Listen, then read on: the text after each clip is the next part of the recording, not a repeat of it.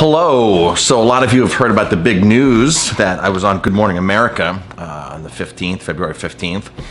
And they had several other people on this piece as well. So I just wanted to follow up because I did post a video on Facebook behind the scenes, and the reporter and I had lots and lots of, or I answered a lot of questions and had a lot to say. And of course, I knew this was going to happen. You speak for 15 minutes, you do a lot of B-roll, and it gets shrunk down to 30 seconds or 1 minute because the national spot, like Good Morning America, they only have like 4 minutes or something for that specific segment with all the other things that are going on. So I knew it was going to get cut. I just didn't know how much it was going to get cut. So I just want to sort of fill in the gaps of the stuff that I said on camera that never made it on national TV. So she had found us a reporter, because I love to brag about all the ingredients we use here at Aroma Time. I'm really proud to have relationships with a lot of our producers and suppliers, and even our vineyards in Italy that we buy from, and our cognac in France. It's nice to know where all of our products come from. So I love to brag about this product. It's called Real Salt. Real Salt is from Utah. It's Redmond Real Salt, and it's from the Utah Flats. And I've met Daryl, whose family owns the mine. They've owned the mine. They've owned the land for 8 generations. And they were farmers on the land many, many, many years ago, 50 years ago or whatever. They decided there was a drought one year, and they were maybe for 2 or 3 years there was a drought, and they couldn't really farm. So back in the early 60s, I believe, if I have the story correct, they were excavating, and they all of a sudden went 25 feet deep and found a salt mine. So that's the Real Salt. And when they were pulling this out of the mine and using it, they were like trying to come up with a name with it. And they were like, basically, this is just real salt. It's nothing but real salt, thus the name. Now, the neat thing about salt comes from the sea. So a lot of people are going to say, well, Marcus, I only use sea salt, which is great. But technically, again, all salt, whether it's from the Himalayan mountains, the Himalayan Pink salts, or wherever it's from across the globe, it all originated at some point in the sea and then has gotten deposited on mountainsides, from the ocean beds rising and things like that. So the same thing with Utah. Pure salt has a lot of minerals, electrolytes. It's a very healthy food. In fact, one of the doctors that I follow a lot, Dr. Schachter, Michael Schachter from Suffern, who's a medical doctor, he recommends to the majority of his patients, even his heart patients, to drink water laced with about 1/4 teaspoon of salt per liter. But it's only a specific type of salt that he says that with, the salt that has a lot of minerals and electrolytes, because that's the key to life. So what happens with most salt that gets mined, it goes into the mining process, and it gets stripped of all these minerals that are in it. And those minerals then get sold off to the vitamin companies, right? So, because there's a market for everything in the manufacturing. They've everything that you look at that's industrialized. There's something that it's going to get used for. Well, this is the legitimate use. It's actually going to, when you go to buy magnesium, chromium, when you go to buy these minerals at the store or online, and you pick up a bottle of multi-minerals and vitamins, those could have been derived from salt. So they took it out of the salt. And they do this with a lot of things, like whole wheat flour or certain flours. They'll take white flour. They'll take something out of it. Milk, they'll take something out of it. But then they came up with a term called fortifying, where as a token of whatever, they're just going to throw back in vitamin E into flour or vitamin D into milk. They're going to throw more back in after they've refined things out. Well, salt, they don't fortify salt. However, this salt still has all of those 60 plus minerals intact. They're intact in the salt. It's basically, if you were to go into the mine and grab a piece of salt out of the mine and crumble it up, that's what's going in this bag right here. It's as simple as that. It's just pure salt. Most salt gets very high heat processed. Once you high heat something to 900 degrees, salt, it has nasty reactions, and it becomes more of a toxic product. There's a good book out there, Salt That Heals, Salt That Kills. It's just like fats, good fats, bad fats. There's good salt, great salt, and bad salt. So when they say don't consume salt, watch your salt intake, a lot of that is done on, most that's done on the bad salt. And a lot of medical doctors are now coming forward, nutritionists, and saying, hey, There is high quality salt out there. Dr. Mercola is a major advocate of pink Himalayan salt. And I like pink Himalayan salt, but the biggest problem with Himalayan salt is some of the salt is super expensive and some of it's much more affordable. And there's a reason for that, because it all is about how it's processed. Did you know there's over 55 independently owned mines, companies, corporations that are in the Himalayas, mostly in Pakistan from what I understand, that are mining the salt. So if you're saying, I'm getting pink Himalayan salt, it can come from any one of these 55 or 60 different producers, and you don't really know what that producer's doing. If you're really stuck on Himalayan salt and that's the only salt you want, I suggest the one that comes from American Blue Green. That's the importer, and it's called Symphony Salt. It's the only salt in the world that I'm aware of that has medical studies on it. And everything from regrowing hair to cognitive thinking, they've done studies on this salt out of Switzerland, I believe. So it's just interesting because, you can say, well, this has, and I believe there was even blood pressure reduction in that. Of course, you can make studies nowadays to say whatever you want, right? I mean, that's how the whole pharmaceutical world has manipulated us with their science. And so if you're going to stick with Himalayan, go to the American Blue Green, get the Symphony. I got to tell you, retail for 2 pounds, it's about $30. It's pricey stuff, but they're giving you a product that uses no machinery in the mines. It's really awesome. 84 ionic minerals. It's really a great salt. But for me, it's all about supporting an American company, and Redmond Real Salt is that American company. Now, one thing that athletes do, especially endurance athletes, and I run marathons, ultra marathons, is we take salt pills.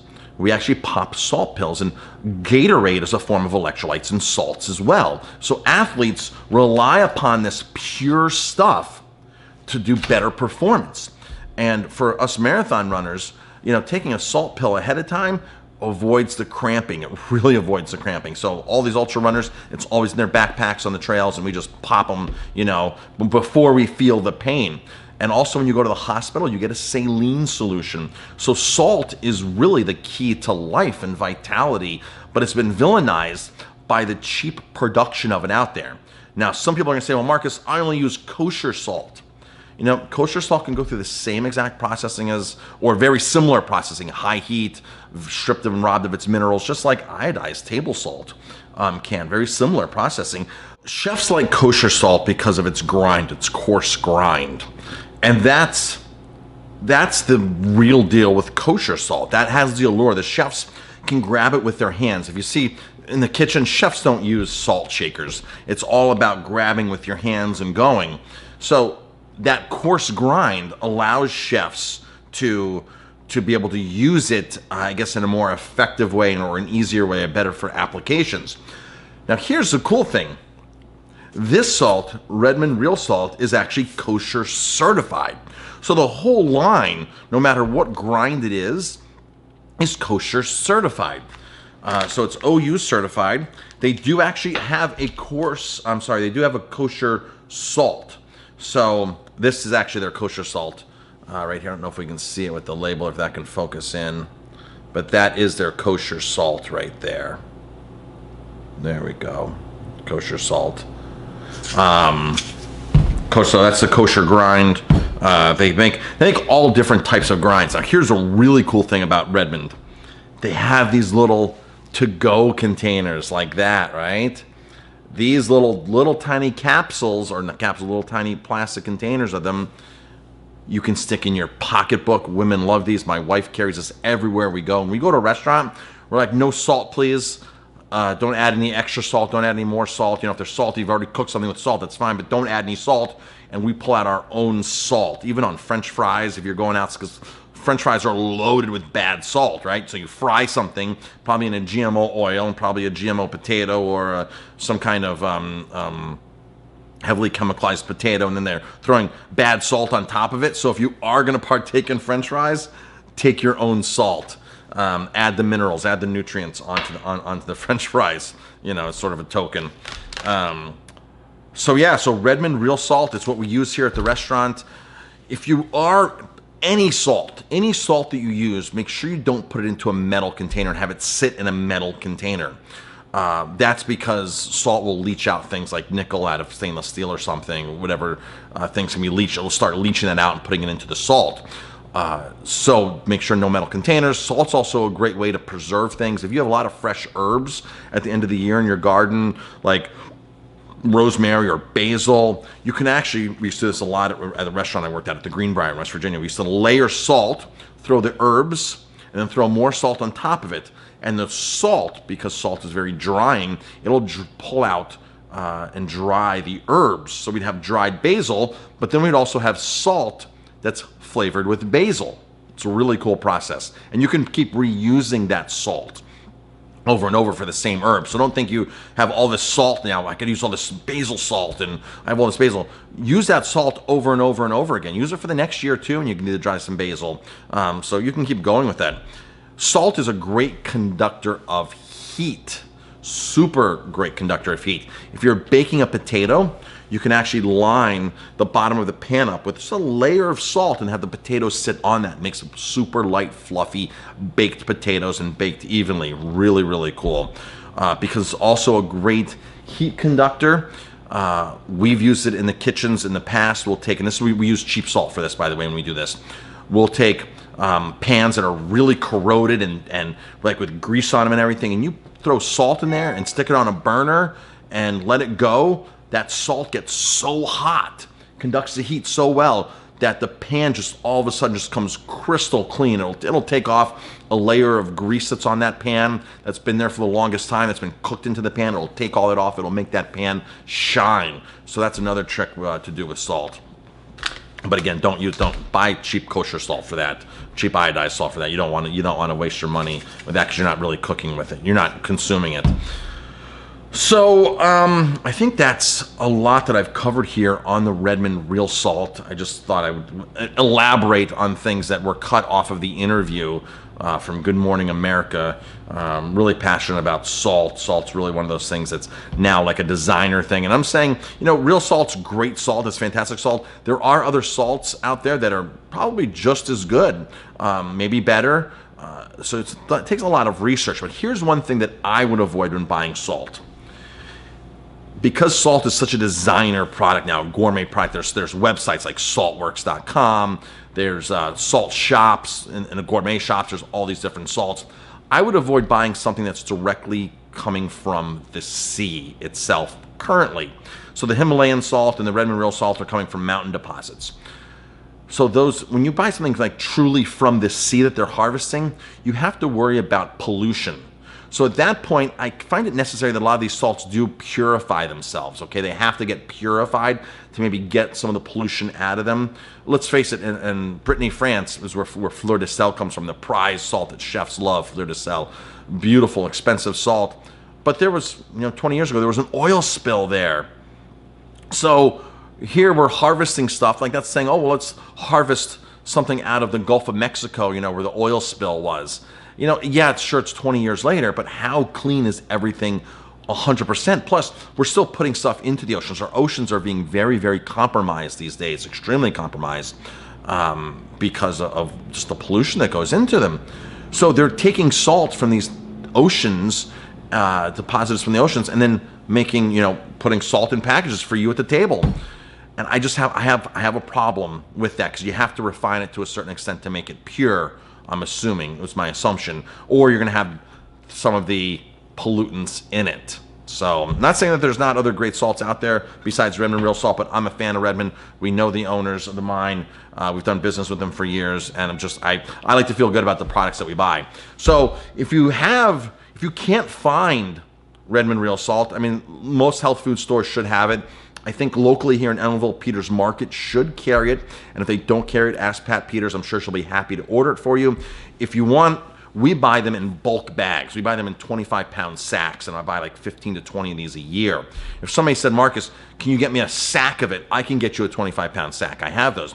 If you want me to weigh you out 3, 4, 5 pounds, 2 pounds, I can also do that as well for you and put it into one of our Aromatime bags, which would look like... It'd be packaged just like our macaroons in one of these bags here that would be sealed, and then like a Ziploc seal and then another seal on top of it.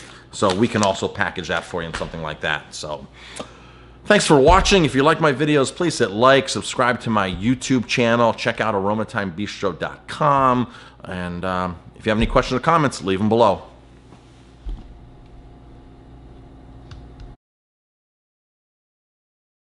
Please wait for me.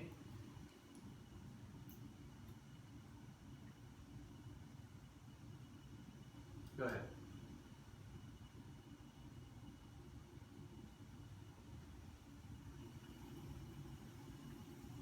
A vast difference in the quality of salt. So you can basically buy a salt that has been very high heat processed and been stripped of all of its natural elements.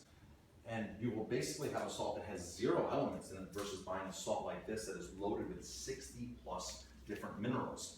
Imagine going to the vitamin store, the vitamin shelf, and buying a bottle of minerals. We all know that minerals are such a key to life, and that enzymes are a key to life, or that electrolytes are a key to life. Well, they've taken all those out of certain salts and then put them in another package and put them on a shelf. We're standing. Does that work for you? Yeah, look at how beautiful that is. It's like a commercial kitchen. We could do Iron Chef, you and me. So once I drop the broccoli,